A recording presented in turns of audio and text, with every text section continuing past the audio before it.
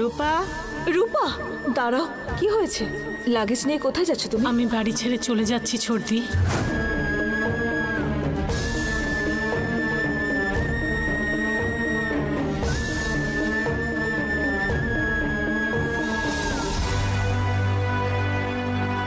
আমি কালকে রাত্রে একটা স্বপ্ন দেখলাম মা। আপনার বাড়িতে একজন মারা গেছে, একজন বয়স্ক মানুষ আপনাদের ছেড়ে চলে যাচ্ছে।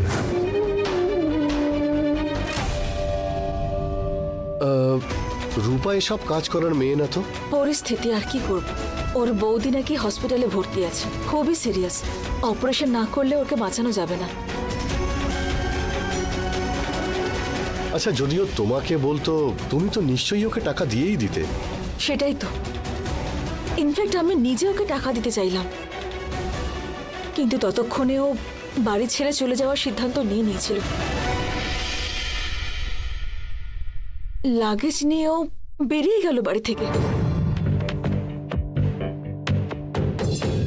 কমলা মা, ওরা কোথায় গেছে তুমি জানো?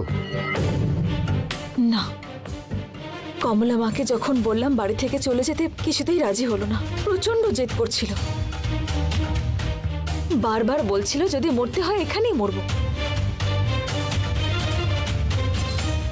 সেই জন্য আমি কমলা মায়ের হাত ধরে জোর করে বাড়ি থেকে ব্যাগ সমেত বের করে দিয়েছি। দিদি,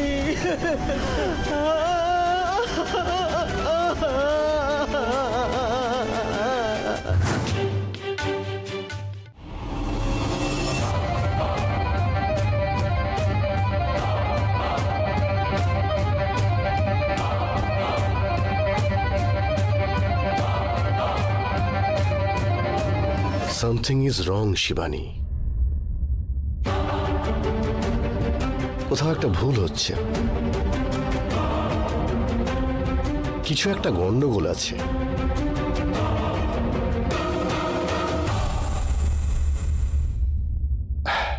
দেখছি। শোনা, ধর, নে এটা।